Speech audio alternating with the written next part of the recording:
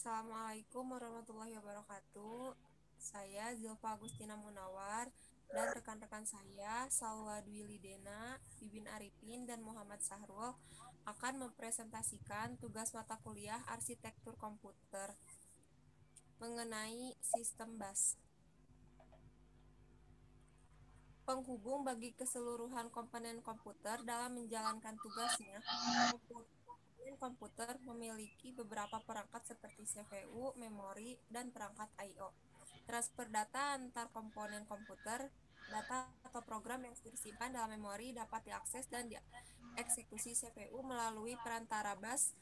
Melihat hasil eksekusi melalui monitor juga menggunakan sistem bus. Kecepatan komponen penyusun komputer harus diimbangi kecepatan dan manajemen bus yang baik. Mikroprosesor melakukan pekerjaan secara paralel, program dijalankan secara multitasking. Sistem bus tidak hanya lebar tapi juga cepat. Interkoneksi komponen sistem komputer dalam interkoneksi bus, pertimbangan-pertimbangan perancangan bus. Selanjutnya akan disampaikan oleh Salwa.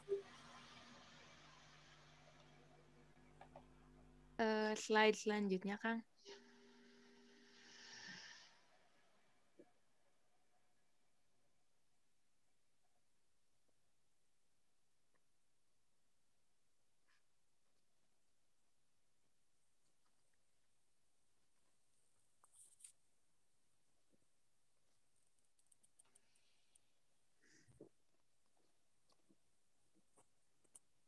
Nah, ini.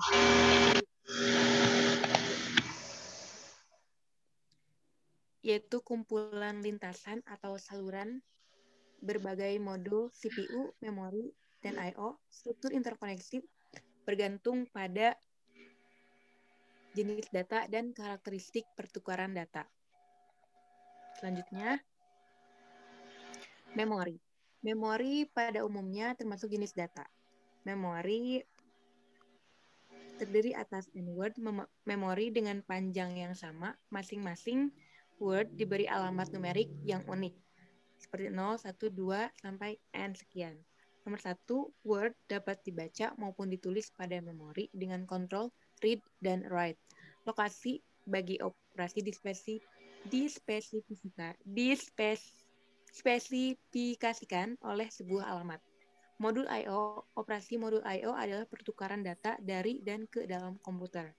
Berdasarkan pandangan internal, modul I/O dipandang sebagai sebuah memori dengan operasi pembacaan dan penulisan.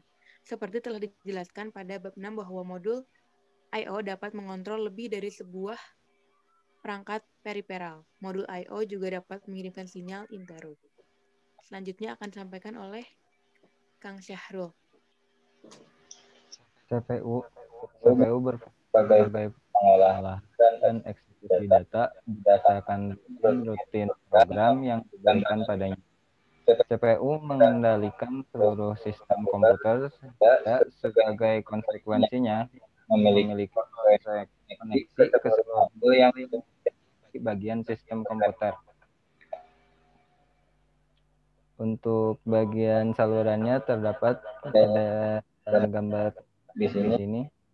Read, write, address, data, masuk ke memori, dan keluarnya. Untuk yang I/O, read, write, address, internal data, external data, masuk ke I/O modul, import, dan pengeluaran external data, interrupt, sinyal. Yang CPU instruksi data interrupt signal masuk ke CPU, pengeluaran address, dan converter signal dan pengeluaran data. Dari jenis pertukaran data yang diperlukan modul-modul komputer, maka seluruh interkoneksi harus mendukung perpindahan data memori ke CPU. CPU melakukan pembacaan data dan instruksi dari memori CPU ke memori. CPU melakukan penyimpanan atau penulisan data ke memori. I/O ke CPU. CPU data dari peripheral melalui modul I/O. CPU ke I/O. CPU mengirimkan data ke perangkat peripheral melalui modul I/O. I/O ke memori atau dari memori digunakan pada sistem DMA atau Direct Memory Access. Berikutnya akan disampaikan kembali oleh Kak Bin. Oke, makasih Kang Sarul. Bus merupakan lintasan komunikasi yang menghubungkan dua atau lebih komponen komputer. Sifat penting dan merupakan syarat utama. Bus adalah media transmisi yang dapat digunakan bersama oleh sejumlah perangkat yang terhubung padanya. Digunakan bersama diperlukan aturan main agar tidak terjadi tabrakan data atau kerusakan data yang ditransmisikan. Walaupun digunakan bersamaan, namun dalam satu waktu hanya ada sebuah perangkat yang dapat menggunakannya. Next.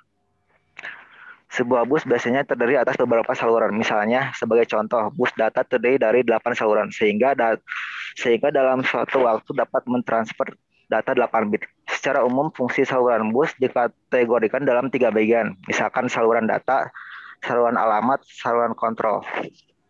Next. Ini contoh diagramnya ya. Coba next.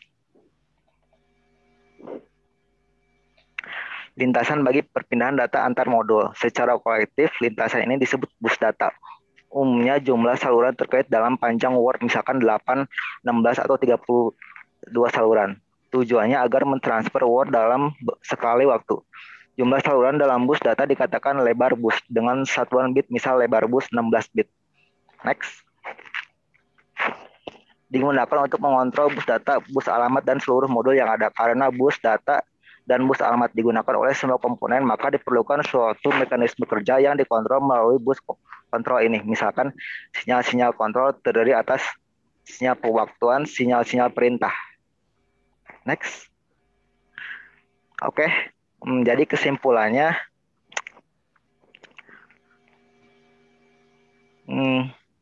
bus adalah penghubung bagi keseluruhan komponen komputer dalam menjalankan tugasnya. Oke, terima kasih ya. Itu saja presentasi dari rekan-rekan kami. Mohon maaf bila ada kekurangan. Wassalamualaikum warahmatullahi wabarakatuh. Waalaikumsalam.